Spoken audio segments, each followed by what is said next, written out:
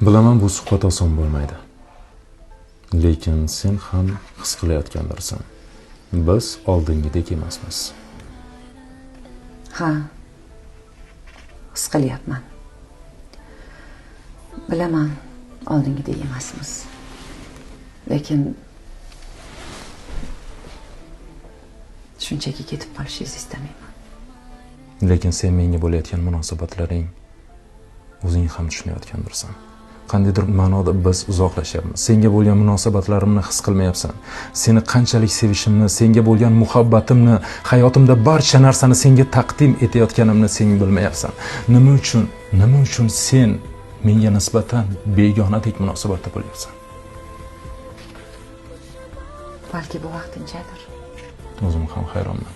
Nima qilishga ham hayronman. Hayot bizni shunchalik qiynayaptiki, bu hayotda sen bilan birga yurishni xohlayman. Hayotni har bir mashaqqatida sen bilan hayotni o'tkazishni xohlayman.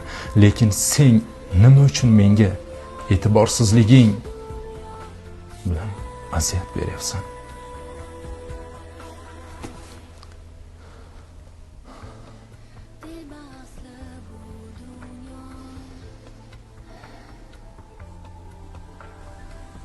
Xo'p, nima qilishimni istaysiz? Biz davom etolmaymiz. Rosti men hayotdan charchadim. O'zimni aldashdan charchadim. Iltimos, hammasini tugatamiz.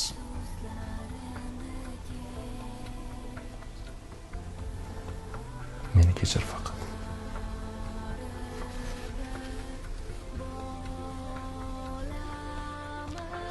Mendan xafa ham bo'lma. Bu ikkimizga ham yaxshi bo'ladi. Yaxshi. Sizni ushlab qola olmayman. Bilasiz. Agar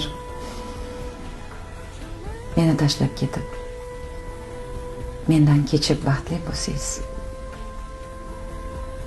shundagina roziman.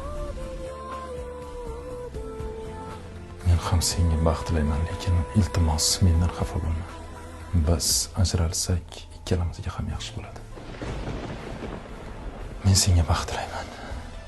Albatta sen yaxshi qizsan. Biz birga bo'lamiz. Rahmat. Rahmat. Qandaydir ma'noda o'rtada bir nimadir paydo bo'ldi, va biz matnlardan biroz yiroqlashdik va to'g'ridan to'g'ri holatga kirib ketdik.